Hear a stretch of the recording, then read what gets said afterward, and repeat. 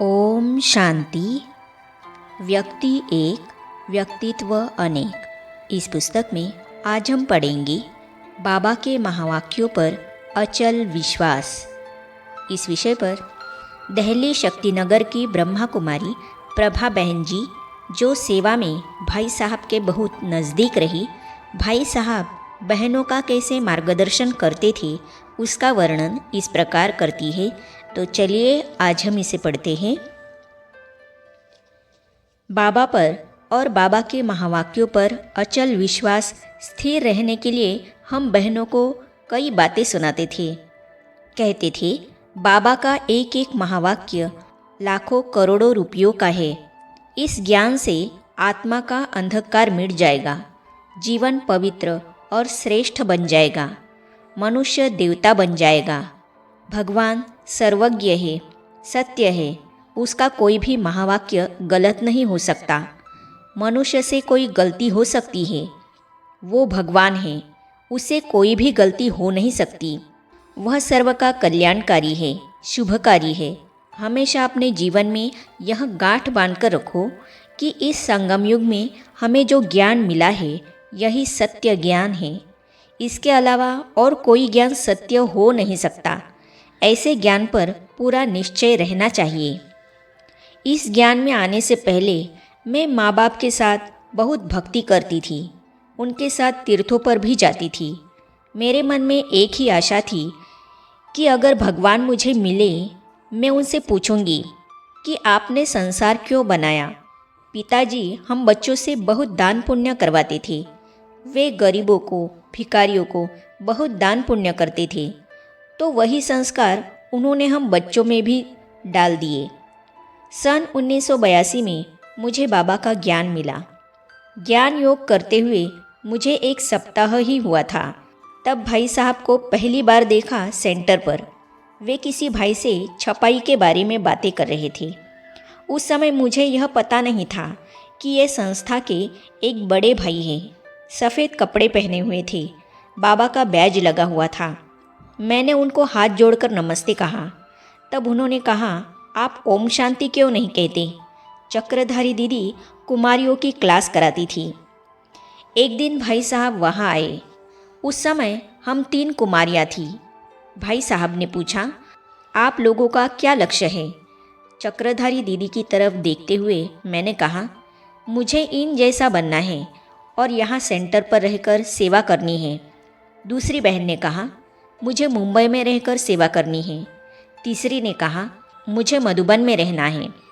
फिर भाई साहब ने मेरे से पूछा, दूसरी 2 तो अलग अलग स्थान पर रहकर सेवा करना चाहती है, लेकिन आपने यह क्यों कहा कि मैं शक्तिनगर में रहकर सेवा करूंगी? मैंने कहा, भाई साहब, मैं जब भी आपको देखती हूँ आप मुझे गणेश के रूप में दिखाई पड़ते हैं। जहाँ विघ्न विनाशक गणेश जी रहते हैं वहाँ हर बात में सफलता हुई ही पड़ी है। चक्रधारी दीदी ने ही हमें उनका परिचय करवाया कि ये बड़े भाई हैं, साहित्य लिखते हैं, आदि आदि। हर महीने के एक बुधवार को भाई साहब कुमारियों की क्लास कराते थे। हर शुक्रवार को भाइयों की क्लास होती थी। उसी प्रकार हर सोमवार को माताओं की क्लास होती थी। एक बार की माताओं की क्लास में एक माता ने भाई साहब से कहा कि मेरा पति मुझे जूतों से मारता है कि तुम ब्रह्मा कुमारियों के पास क्यों जाती हो। भाई साहब उसको समझाते जा रहे थे। वो माता रोती ही जा रही थी। अभी भी वो माता क्लास में रेगुलर आती है। 30 साल पहले भाई साहब ने उस माता को समझाया था, हिम्मत और साहस दिया था। क्लास में जब वे माताओं से पूछते थे कि आपका लौकिक जीवन कैसा चल रहा है, तो माताएं अपने घर की समस्याएं सुनाती थी। कोई अपने पति के बारे में, कोई अपने बच्चे के बारे में, कोई अपनी सास और बहू के बारे में बताती थी।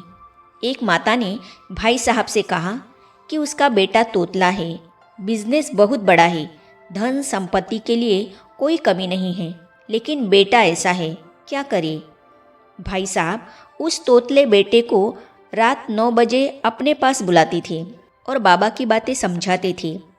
फिर हम बहनों को बोलते थे कि इनको मुरली के पॉइंट्स सुनाओ। मैंने देखा वह भाई सिर्फ तोतला नहीं था, उसका दिमाग भी थोड़ा ढीला था, अर्थात वह मंद बुद्धि था। वो रोज़ सेंटर पर आने लगा और 3 साल के बाद उसके जीवन में बहुत कुछ परिवर्तन आया। वह ठीक ठाक कपड़े पहनने लगा, दूसरों के साथ अच्छी तरह व्यवहार करने लगा और अपने बाप के साथ दुकान पर भी जाने लगा। भाई साहब की बहुत शुभ भावना और कल्याण की भावना होती थी कि बाबा के ज्ञान से सबका कल्याण हो जाए। वे कहते थे, बाबा का ज्ञान इतना श्रेष्ठ है, उसे सबको सुनाओ, उनका जीवन बनाओ। योग का प्रयोग करना। एक बार भाई साहब ने हम बहनों को कहा कि सेंटर के ऊपर बोर्ड लगाया हुआ है ना, प्रजापिता ब्रह्मा कुमारी ईश्वरीय विश्वविद्यालय, इसे दृष्टि दो और संकल्प करो कि बाबा जितने भी लोग ज्ञान छोड़कर गए हैं वे आज और कल इन 2 दिनों में आपके सेंटर पर आ जाए। भले ही मिलकर जाए लेकिन आए ज़रूर। हम सब बहनें योग में बैठ गई। यह मेरे लिए एक नया अनुभव था। सब बहनें लक्ष्य लेकर सुबह 10:30 बजे से दिन के 12:30 बजे तक योग में बैठ बोर्ड को दृष्टि देती रही और ज्ञान छोड़कर गए हुओं का आह्वान करती रही। 2 दिन के अंदर 15-20 वे लोग सेंटर पर आ गए जो पहले आते थे। उनमें वो भी थे जो मेरे से पहले सेंटर पर आते थे। जब मैंने उनसे पूछा, आप कहाँ से आए हो, तो कहा, हम तो आपसे पहले ही आते थे। मैं यह दृश्य देख करके हैरान हो गई कि योग में इतनी शक्ति है। एक बार की बात है, सेंटर पर 18 जनवरी के निमित्त पब्लिक प्रोग्राम चल रहा था। 17 जनवरी के दिन उसमें एक माता आई हुई थी। भाई साहब यज्ञ कहानी सुना रहे थे। सुनते सुनते वह माता बहुत रोने लगी। मैंने पूछा, आप क्यों रो रही हो? उसने कहा, यहाँ जो यज्ञ कहानी सुना रहे हैं ना, उस ओम मंडली में मैं भी थी। मुझे 1 मिनट के लिए भाई साहब से मिलवा दो। भाई साहब उस माता से मिले और बहुत प्यार से उसको स्टेज तक ले गए।